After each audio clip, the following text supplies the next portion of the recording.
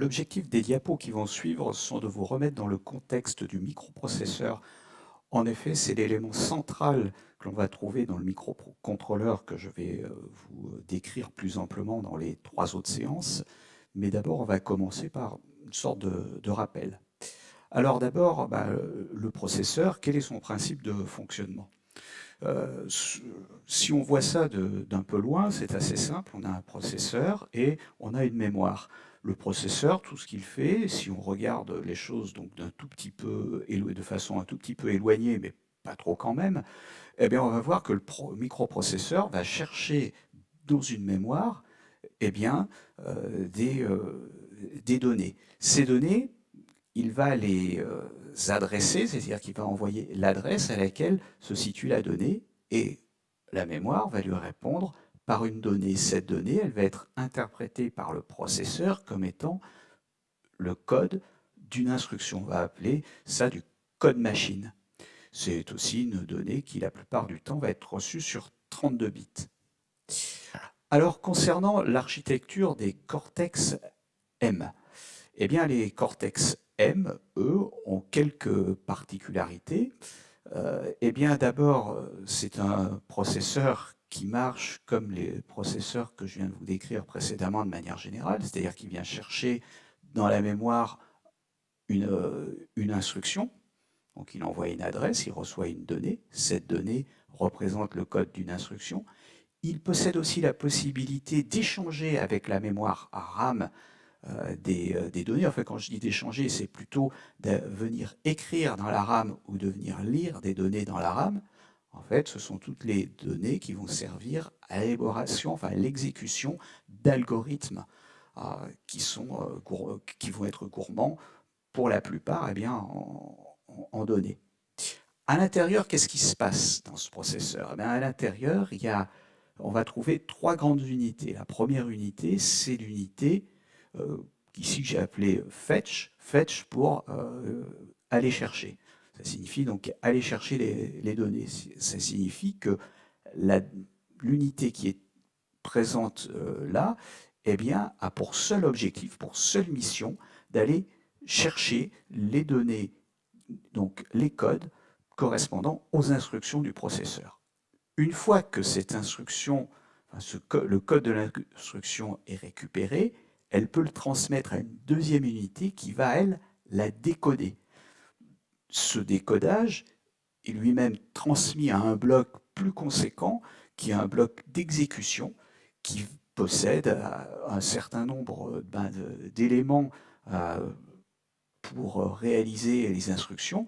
Alors, le premier élément le plus connu, c'est que l'on avait vu l'année dernière déjà, c'est l'unité arithmétique et logique, Arithmetic and Logic Unit. En gros, c'est une sorte de calculatrice avec laquelle il va faire des additions, des soustractions.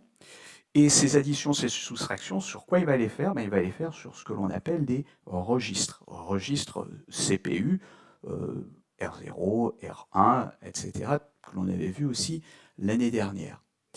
Alors, petite spécificité concernant l'unité arithmétique et logique, c'est que si elle travaille sur des registres, R0, R1, R2, déjà la taille de ces registres est de 32 bits, mais aussi les opérations de base qui sont effectuées sont des opérations sur des entiers. C'est-à-dire qu'il n'y a pas de chiffres avec des virgules ou des chiffres qu'on va appeler flottants. Ça, c'est pour la version de base des Cortex M.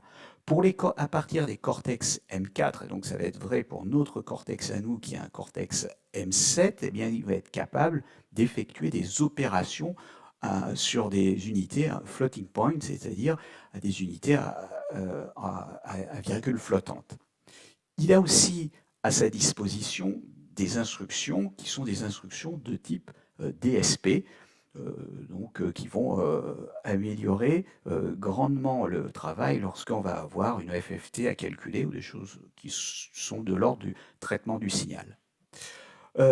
Cette unité arithmétique et logique, comme je viens de faire apparaître ici, quelques instructions, va réaliser ces instructions sur les registres qui sont à sa disposition. Elle a pas elle peut agir sur les registres de 0 à R12, sur le registre PC, qui est le registre compteur de programme, qui repère où en est l'exécution de notre code, ou le registre LR, qui est le registre de lien qu'on avait étudié l'année dernière, le pointeur de pile SP.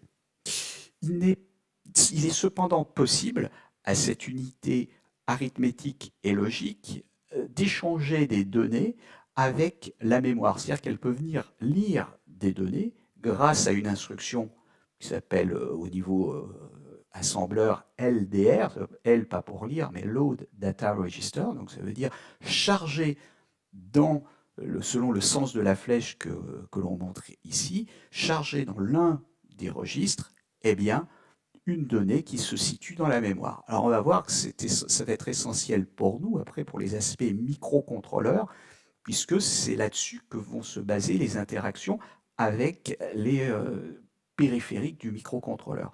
Dans l'autre sens, il existe une instruction STR pour Store in a Register, une donnée qui se situe dans un registre CPU, R0 et R12, pour le mettre dans une case mémoire du microcontrôleur.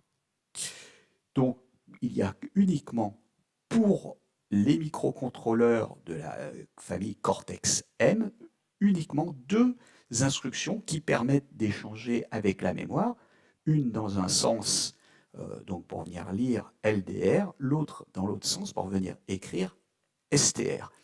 C'est tout, mais on va voir que c'est amplement suffisant.